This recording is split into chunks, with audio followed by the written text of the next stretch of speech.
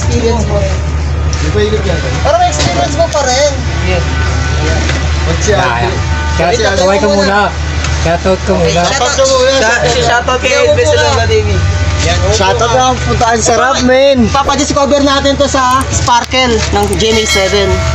Shoutout kay Elvis Salonga TV. Yes. Yeah. Sinimulan ko tong walang naniniwala sa paligid ko. Ano? Susulatan ko lahat. Yung barak ng mga tabi. Mag-audition nga ako sa Sparkle eh. May 16. Kahit hampas-hampasin na lang ako dun, hindi ko yung role ko. At sa artista. Saan ka lamig, Chris? Kaya po, isa ka pala, alam na agad, no? Wala siyang lamig. Na tayo may lamig sa katawan, nowadays. Sa init, tapos sa gabi, di ba? Buti pa nga, hindi umuulan eh. Kung umulan, di matik na. Pros. Tinatawag yun? Frozen body.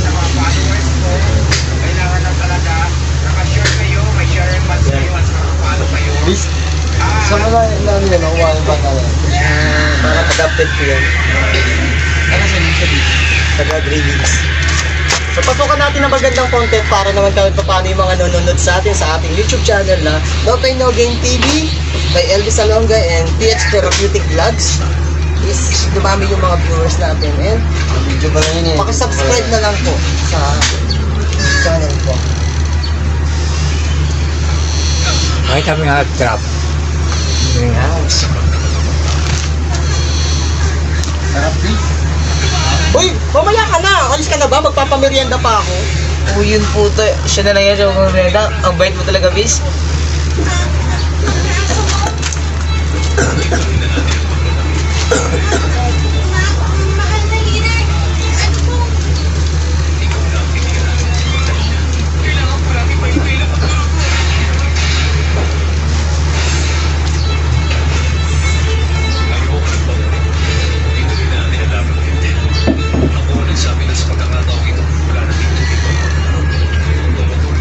Kaya magsikat ka niyang views. Tingnan trabaho. No? Billion views yan eh. Road trip, papagas ako. Magang kapitid ba? Eh, no problem. Tama ka to. Pre. Ha? Tama ako. Sarama yun.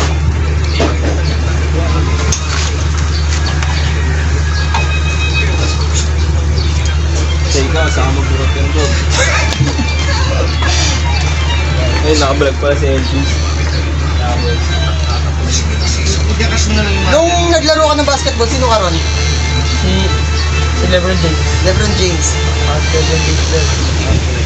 Nakita ko kasi yung Lebron. Iba yung ano niya, aura niya nung maliit siya, kung parang ay tahimik siya. Jeje. Saka rin, ito ba yan? Yung referee? Oo. Tahimik na siya.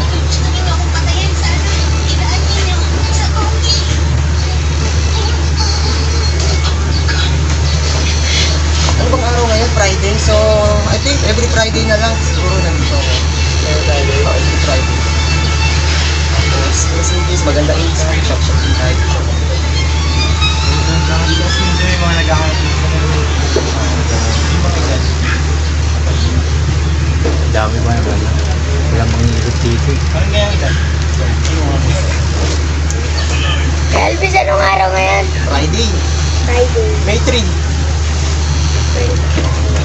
Notebook pa ako.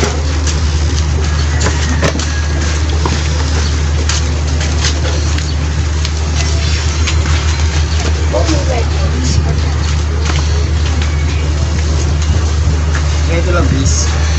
Ha? Magdot tayo, bigyan ng 20. Cashier, pakikuha yung bayad. Ayan, binibigyan tayo ng 500 ha. Baka sabihin ng viewers, ay 20, pwede ako magpamassage ng 20. Kasi naman pala yan. Pwede naman guys, wala naman tayo. Pero kung nakakangat naman kayo guys sa buhay, share your blessing. Ikaw, nagpailit ka na. Magkano na ba tayo? Naka 200 na ba? Hindi po. 100. Ano pala? 100? 140. 200 na. 200 ka na. Hindi ko. Parang sa opisina. Peace. Albert nasa... Ano lang to? Kainin mo. Inom ka ng luya, kuya. Tapos, lagyan mo siya ng kalamansi. Yung todo mo. Pero kung sa dito, kung gusto mo naman, full detox, detoxification, kasama na yung liver, kidney, lilinisin niya. Lagyan mo ng 4 bawang, yung isang buong bawang, kalahati mo yung kalahati. Sa sibuyas naman, mga ganito, 2 piraso. Sa kalamansi, at least 4 na kalamansi. Ang luya, isa halagang 20 pesos. Sabay-sabay na yun. Oo. Iba yung pakiramdam mo. Kapag na-take mo siya, ang gaan sa baga. Kasi nag-detox ako kanina bago ako pumunta rito eh. Ilang araw na akong panay inom. 3 days na magkakasunod. Yosi pa, lumiyat pa. So, nag-detox ako kanina. Ilalabas niya sa pamamagitan ng dumi mo, parang malapot. Parang nag-LPM ka. Pero isang beses lang yun. Pag dumi mo, makita mo talaga lahat. Kung umiinom ka ng cobra, kita ko nga kanina, uy, kulay ng cobra. Yun. Detox niya yung katawan mo. Lalaga lang. O, lahat yung laga, kuya.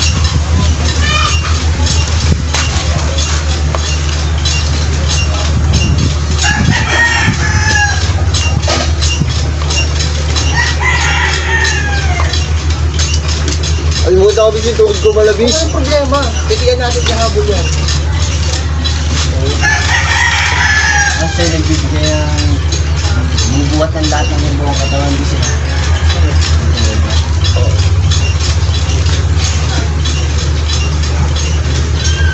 Kwenta yan, nagbibigay mo yung bata na yun.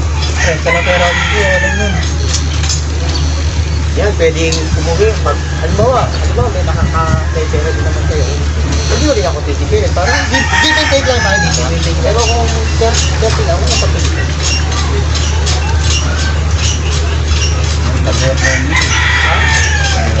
Kaya ako nakakamdam ko rin. Kung gumagawa na ako ng paraan. 4 ang tuta ko. Nanay. Ako. Eto. Parang hindi ko makain yan. Ay, ito pa rin ang ano kaya itong kanto lang. Ah, yan. Kaya ano, tingnan mo lang kung napakasakit na yun. Ay, lamig lang yan, kuya. Kaya-kaya yan. Kuya, lamig lang yan. Kasi may trabaho ko kasi ako. Pag linggo, no? Oh, sige, nandito ako. Friday. Pag linggo, pwede pa rin. Bakit pa lang? Ay, kung nga pa nagkakilali mo. Gawal, nagpahilot ka? Sarap mo eh. Hilot mo yan. Kala ko hindi masarap. Kuya, pakilayo nga konti yung camera. Layo yung atras mo. Para nakikita tayo sa monitor.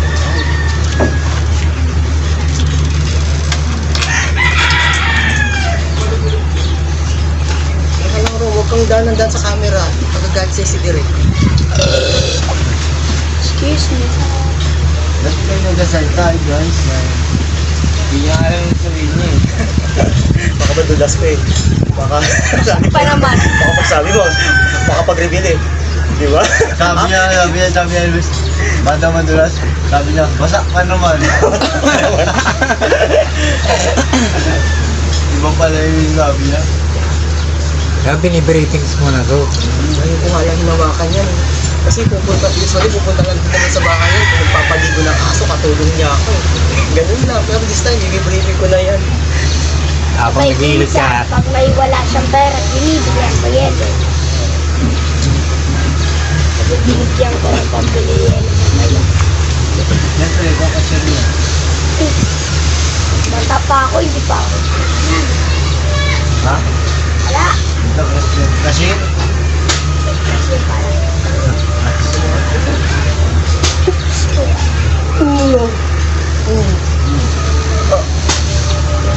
saranggola ba?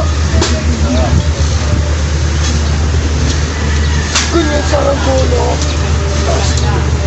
ang problema, pag ikaw mag-iilot, makailot naman yung mga... Hindi, nagpapahilot din ako. Sa Turn daw ulit. Angat kita. May kuba kami, no? Tiket ang kamay. Sabay. Pwedeng talikod, pwedeng talikuran, pwedeng harapin naman. Oh. Taas. One, two. Alright. Kumusta pakiramdam? Okay lang, sarap. Please. Puka mo na. Ano? Ano? Sama Bilangin ko na. Bilangin ko na. Sinimulan ko tong walang naniniwala sa paligid ko. Ano? Susunod